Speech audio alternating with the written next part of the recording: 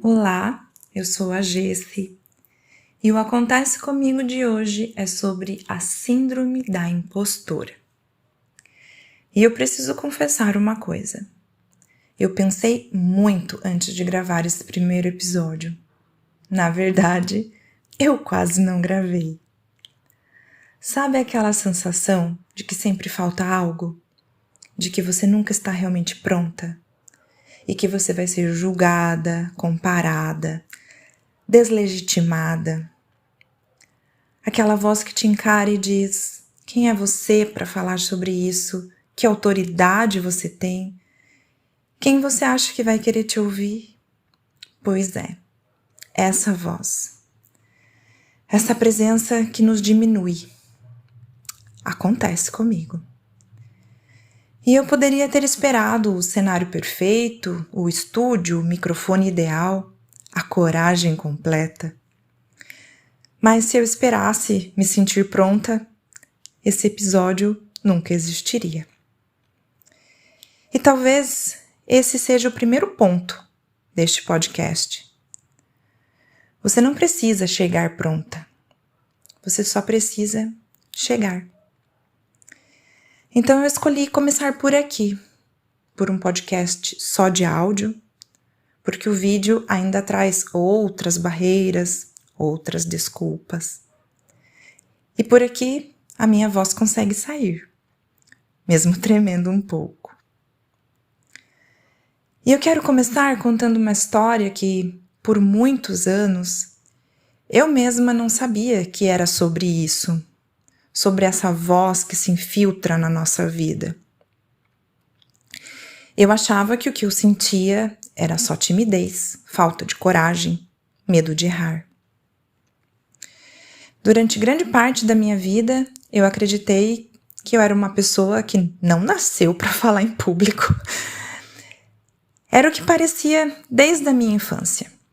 Toda apresentação era uma verdadeira batalha interna. Era visceral, eu me virava do avesso, dava dor de barriga, suor frio, tremedeira e quase sempre lágrimas. Sim, eu chorava. Ainda choro. E esse choro é a arma perfeita para me convencer de que eu não era capaz, de que aquilo não era para mim. Apresentei o meu TCC da faculdade chorando. E ainda ouvi de um dos meus avaliadores que o conteúdo era digno de uma tese de mestrado. Mas ele teria que descontar nota porque uma advogada não pode se apresentar tomada pela emoção. Não era apenas um comentário. Era o reflexo de algo estrutural. Uma ideia antiga e equivocada de que mulheres emocionais são menos competentes, menos racionais, menos aptas. E por anos eu carreguei essa marca. E doeu por muito tempo. Porque eu nunca fui tímida. Eu sempre gostei de falar, de conversar, de opinar, de me posicionar. E aí ficava essa incongruência dentro de mim. Quem é essa pessoa que sente que tem tanto a dizer, mas que não consegue dar voz?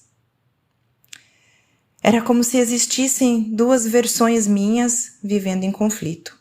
Uma cheia de ideias e a outra que me calava por dentro. Em 2019, eu recebi um convite para ser instrutora colaboradora na empresa onde trabalho há muitos anos. E a minha primeira reação foi não, de jeito nenhum. Você não faz ideia de para quem você está fazendo esse convite. E a resposta que eu ouvi foi: Jessi, você é tão estudiosa, você entende tanto do assunto. E era verdade. Eu já tinha 3 pós-graduações, eu estudava muito, eu conhecia aquele conteúdo, mas ainda assim, eu disse não. Só que aquilo ficou me incomodando. Porque eu tenho muito forte em mim essa pergunta: o que eu estou oferecendo para o mundo? Qual legado eu estou deixando? E ali havia uma oportunidade real de retribuir tudo o que a empresa tinha investido em mim, mas eu estava prestes a desperdiçar. Mais uma vez, por medo. E então eu ouvi de um dos meus professores uma frase que mudou meu rumo. Toda virtude um dia foi disciplina, do professor Sandro Gaspar Amaral. E aquilo me atravessou. Não era só sobre talento, era sobre determinação, sobre a coragem de começar. E eu pensei, eu posso não ser uma grande oradora, mas posso contribuir com essa turma. Isso eu posso. E aceitei. E eu cheguei preparada para uma sala de aula pequena, mas uniram 2 turmas. Meu coração quase saiu pela boca. E eu comecei chorando. Mas depois que a emoção transbordou, a paixão pelo assunto assumiu e foi lindo. E foi o começo.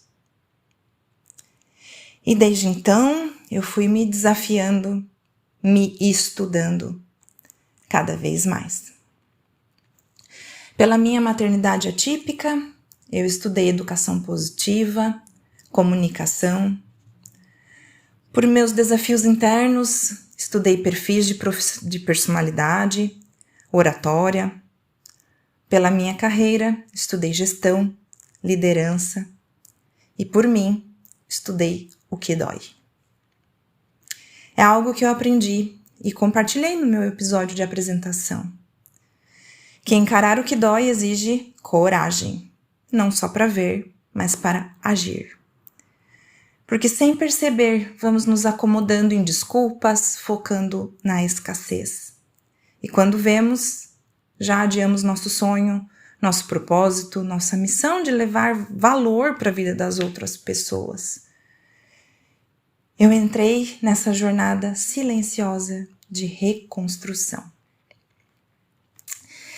E quero te contar uma descoberta que mudou absolutamente tudo para mim. O medo não é o inimigo. Eu sempre vivi numa guerra com ele, até eu estudar Enneagrama e entender a profundidade dessa emoção. O medo é um mecanismo de autoproteção, é instintivo, é potência. Ele nos obriga a parar, avaliar os riscos, reconhecer ameaças, organizar recursos, traçar estratégias. Ele nos prepara. Ele não existe só para nos sabotar. Ele existe para nos preservar. Então, o problema não é o medo. É quando entregamos as rédeas para ele. E aqui entra a metáfora mais transformadora para mim. O medo é o cavalo. Eu sou a cavaleira. O cavalo é forte, é rápido, vê perigos que a gente não vê, nos leva mais longe, mais protegidas, mais preparadas. Mas se ele assume o comando, ele dispara para qualquer lado. Nos derruba, nos arrasta, nos fere. O medo é valioso quando no lugar certo, quando serve ao propósito, quando cumpre sua função legítima. E eu passei a me perguntar, sou eu ou é o Gremlin tomando essa decisão? Porque o medo é como aquele bichinho do filme. E aqui, quem é da minha geração vai lembrar. Se você joga água, ele vira um monstro. Eu precisava entender o que era a minha essência, meu propósito e o que era só medo. Aprender isso me salvou de travas que me acompanharam por décadas. Foi estudando compliance e ESG, mergulhando em temas sobre vieses inconscientes, discriminação, desigualdades estruturais, que eu fui apresentada a ela, a impostora, a usurpadora. E tudo fez sentido. Não era timidez, não era só medo, não era só a minha emoção, a flor da pele. Era algo entranhado, transgeracional, cultural e histórico. Um condicionamento herdado que nos coloca à sombra, mesmo quando sabemos que podemos brilhar.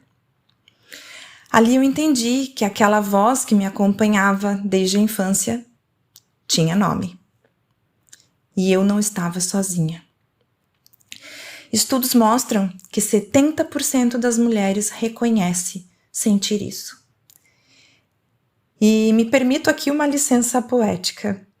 Acredito que boa parte dos outros 30% apenas não teve coragem de admitir ou sequer percebeu. Essa voz, ela se instala nos detalhes, na dor de barriga antes de falar, na insônia da véspera, na autocobrança, na sensação de inadequação, no pedido de desculpas, quase até por existir, no choro que me dizia: esse lugar não te pertence. Em tanta autodepreciação que você chega a pensar: vão descobrir que eu sou uma fraude. É uma sabotagem silenciosa, física, psicológica. Mas quem valida essa voz sou eu. Quem decide o espaço que ocupa sou eu. Quem define onde eu caibo sou eu, não ela. E aqui entra uma ferramenta prática, fundamental para mim. As micrometas. Por muito tempo, o grande objetivo me aterrorizava, me paralisava. Assumir um cargo de liderança, dar uma palestra, gravar um podcast, me expor, falar o que realmente importa. Todos monstros enormes. Foi quando eu aprendi a transformar monstros gigantes em monstros pequenininhos. E percebi que algo mágico acontecia. Eu conseguia vencer um, depois outro, depois mais um. E a cada pequena vitória gerava um reforço interno, uma pontinha de orgulho, uma faísca de coragem, uma prova viva de que eu podia. Era quase físico, uma expansão dentro do peito como uma porta que se abre devagar. Você consegue. Vai mais uma. Olha até onde você já foi. E pouco a pouco meu cérebro foi criando um novo caminho mental. Uma identidade diferente, uma voz interna que antes não existia, um novo senso de competência. Não foram grandes marcos. Foi com pequenas vitórias repetidas. E assim, vencendo monstrinho por monstrinho, eu cheguei aonde eu jamais teria coragem de chegar de uma vez só. Micrometas são degraus invisíveis para quem vê de fora, mas fundamentais para quem está escalando. E eu decidi buscar apoio de outras mulheres nessa subida. Descobri algo que mudou a minha história: o poder do coletivo. Entrei em grupos de mulheres profissionais, fui mentorada por mulheres incríveis, inspiradoras.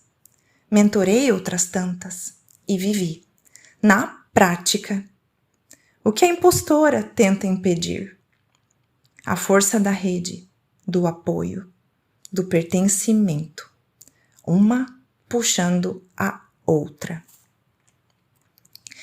Em 2022, eu participei de um evento chamado Sou Segura Summit, uma celebração do Dia Mundial da Mulher, com mulheres incríveis, histórias profundas, estudos, dados, dores, vitórias, sobre empoderamento feminino.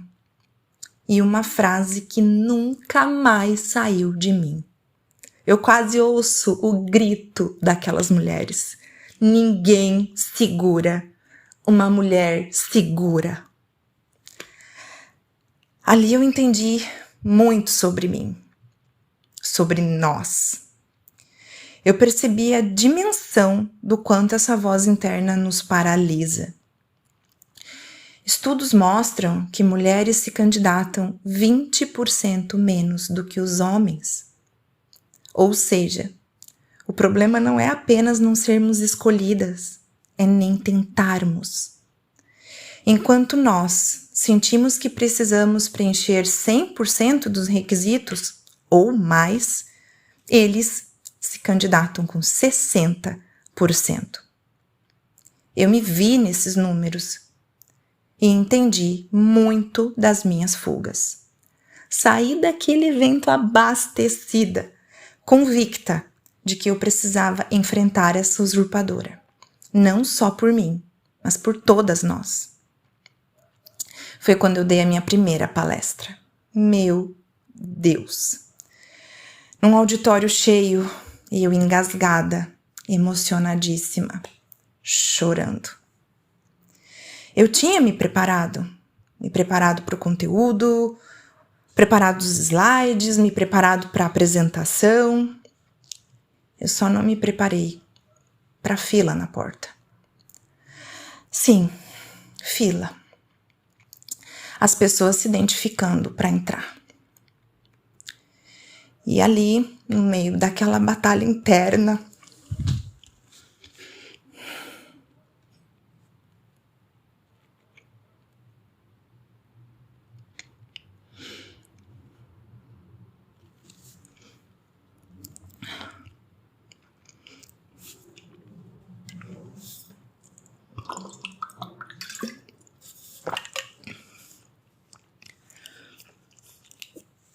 eu ouvi.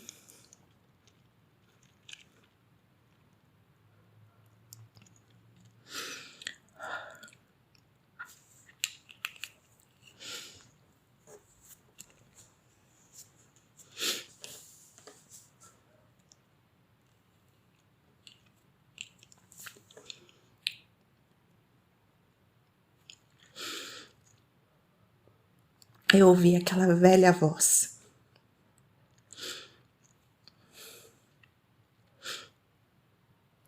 Dizendo, elas estão aqui porque não te conhecem.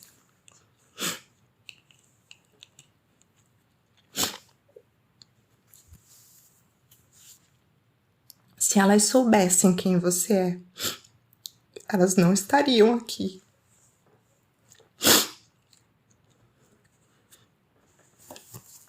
Isso porque no meu íntimo eu tinha me convencido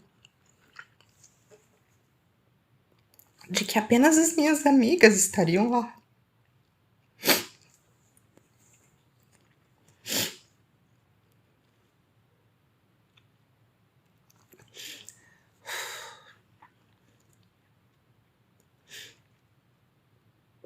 Mas eu respirei. Respirei fundo.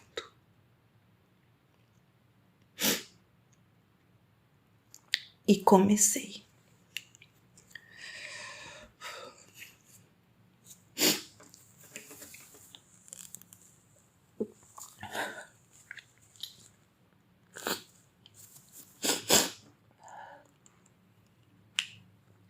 E aquelas mulheres ficaram. Como eu espero que vocês fiquem agora.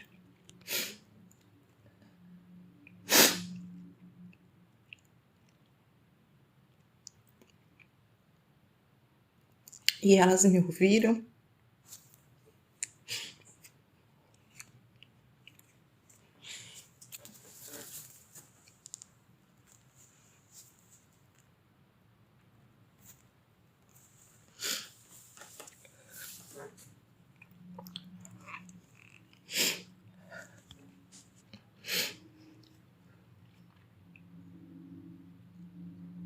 Elas me sustentaram com seus olhares.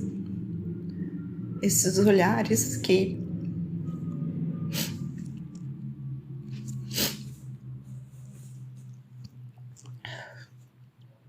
eu trago agora na minha memória. Elas respeitaram meu tempo, acreditaram na mensagem, não no choro. E eu fui até o fim. E foi transformador para mim e para muitas delas. Depois vieram outras palestras e a emoção já não me derrubava. Só me acompanhava como parte de quem eu sou. E eu queria falar desses temas sensíveis, reais, íntimos, coisas que raramente dizemos em voz alta, histórias que doem, mas que libertam. E eu decidi tirar esse outro sonho do papel. E adivinha quem apareceu de novo? Ela. A mesma voz, o mesmo argumento, o mesmo script. Mas dessa vez eu tinha ferramentas, eu tinha um propósito, eu tinha compreensão do medo, eu tinha micrometas, eu tinha rede de apoio. Eu só não tinha uma coisa, a coragem completa. E tudo bem, porque eu aprendi que ninguém começa corajosa. A coragem nos encontra pelo caminho. E eu me preparei para tudo, menos para uma segunda fila na porta. Mais de 600 visualizações do primeiro anúncio desse podcast em poucas horas. E aquela voz dizendo: como você vai dizer para essas 600 pessoas que você não conseguiu nem gravar o primeiro episódio? E aí eu entendi. Essa impostora, ela não nos vence quando erramos, quando choramos. Ela nos vence quando nos paralisa. E eu escolhi não ser paralisada. Então é isso, está aqui. Esse episódio visceral, íntimo, construído frase a frase, enquanto eu lutava contra esta velha conhecida que tenta me calar desde sempre. Porque eu acredito na mensagem, eu acredito no valor do que compartilhamos. Acredito que existam outras mulheres, tantas como eu, vivendo esse pêndulo entre força e vulnerabilidade, coragem e medo, certeza e dúvida, ímpeto e hesitação, protagonismo e invisibilidade. Mulheres que oscilam, que recuam, que se desculpam, que se envergonham, mas que têm muito a entregar. Mulheres engasgadas, mulheres escondidas, mulheres potentes, mas com medo. Mulheres que estão dando ouvidos à voz errada. E talvez tudo que falte seja um encorajamento sincero, uma rede de apoio, uma micro meta, um pequeno passo, um monstrinho vencido. Então, é isso que acontece comigo. E eu quero saber, Acontece com você? Me conta, porque é assim que essa conversa continua.